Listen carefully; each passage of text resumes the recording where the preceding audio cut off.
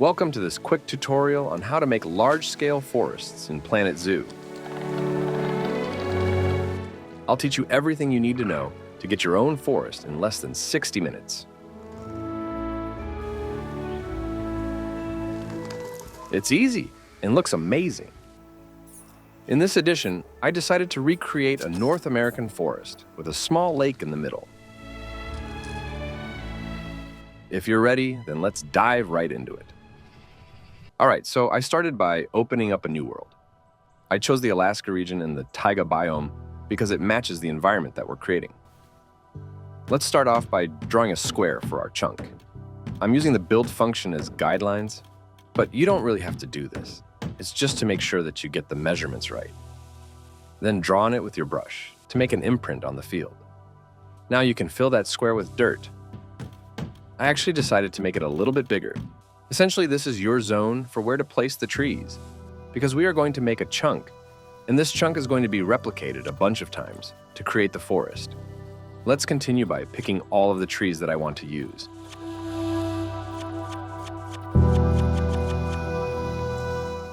As soon as I've favored all my trees, I'm going to just randomly place them on the chunk. You can do this and make it as dense as you want.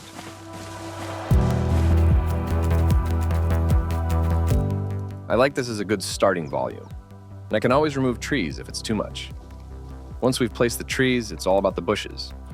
We want to work from larger assets to smaller assets, to eventually end up with the details. I'm just picking all of my favorite bushes and placing them around in the chunk. Don't restrain yourself. You can place a lot of assets without worrying too much about size. Obviously, the more bushes you place, the denser the forest will be, but for what I want to create, a North American style forest, I do want a lot of bushes. So I'm just rapidly going through this, placing a lot of bushes around the trees. Make sure to fill the square entirely, because we're going to duplicate this a bunch of times, and the edges are just as important.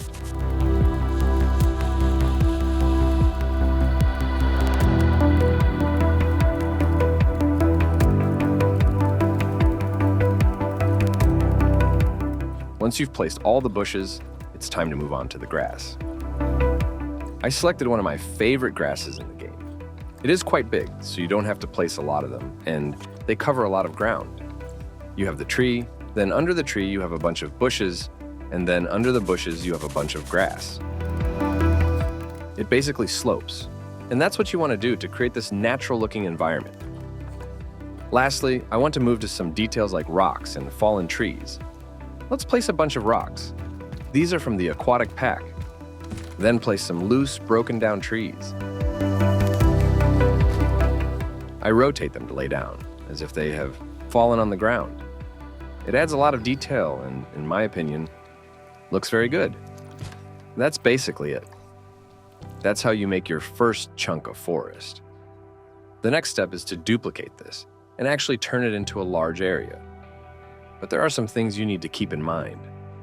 First of all, we can see that this square is about 500 objects in size.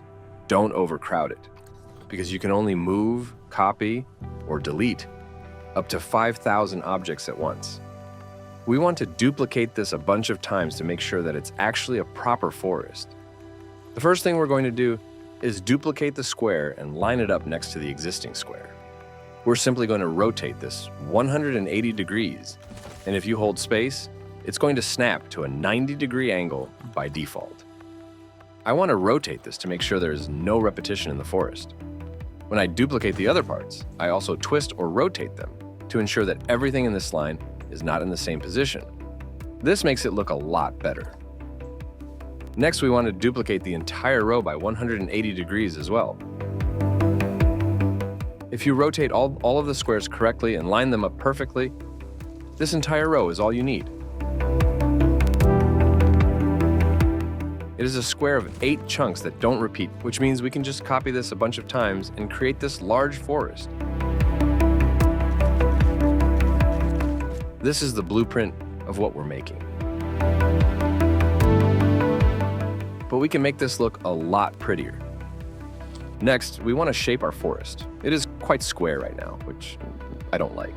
It's also lagging a bit because it's more than 70,000 objects. I want to remove a bunch of sides to make this a more rounded forest. and get rid of objects that I don't see anyway. You can make this smaller if you want, but I wanted to make it as large as possible for the tutorial.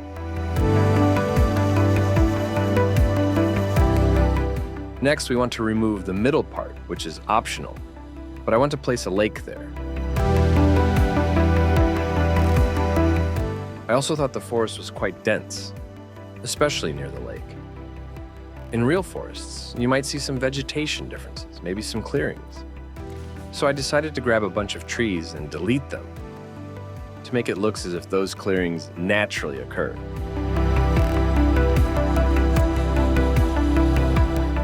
And there we have it, our blueprint for the forest. Now let's move on to coloring the ground. We did this earlier with our square, but we want to do it again with the entire map.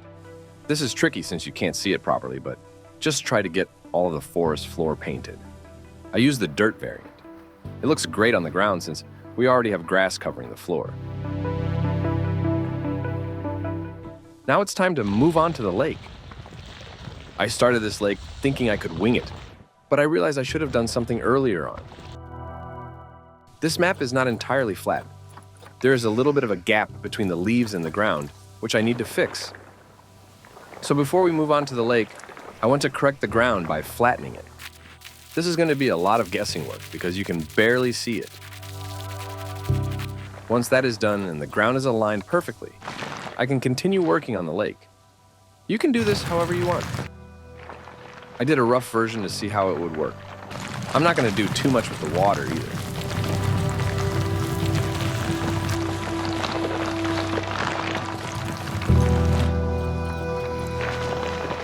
I checked to see what the water in the lake would look like, and was happy with it from the start. So I figured I might as well move on with this and not spend an entirety fine-tuning. Before I leave the water in there, I want to remove it and move on to some of the vegetation in the water. I took this oceanic water plant, copied it a bunch of times.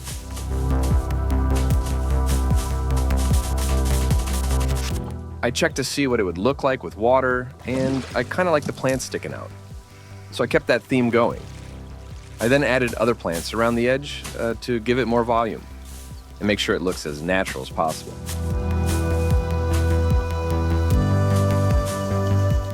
I added some water lilies to make it look realistic. I tried not to place them in the middle of the lake because realistically, when the wind blows, they wouldn't end up there. They accumulate in places where there is less wind and where the edges are. I then blended the forest with the lake by adding some bushes around the edges. I did a rough version of this, but it looked nice, so I kept going with it. I left some spots because I wanted to create small beaches. I tried painting the beaches with the default long grass. I liked it at first, but changed it afterward. Next, I added some rocks, just like in the chunks. These add a lot of details. Instead of coloring them first, I placed them and then lowered them into the ground to make them look better. That is pretty much all of the detail. I added one more log because I thought it needed a log. I changed the color of the water slightly and that was it. You're pretty much done now. Before I end this video, I want to add something else. I want to add a path to the outside of the forest that will lead inside the forest. If you want to build a reservoir where people can walk through, this is the way to do it. You just remove a bunch of stuff. That is so nice. With this forest type concept of the chunks, instead of placing content, you can just remove it because you've made such a dense chunk. After laying down a small path, I quickly created an enclosure with an invisible border. I changed the settings that animals can't escape, so it's not a physical border. I also changed the position of the entrance and bought a bunch of animals who are now happy in their new habitat. It took a while for the animals to start walking because of the nav mesh calculation. They need to figure out where they can walk. At that point, there is life in the forest. The forest exists, the birds are chirping, and I'm very happy with the end result. I hope you liked this video. It is my first tutorial ever made, so please be kind and subscribe to the channel if you haven't already. Thank you so much for watching, and I'll catch you in the next video.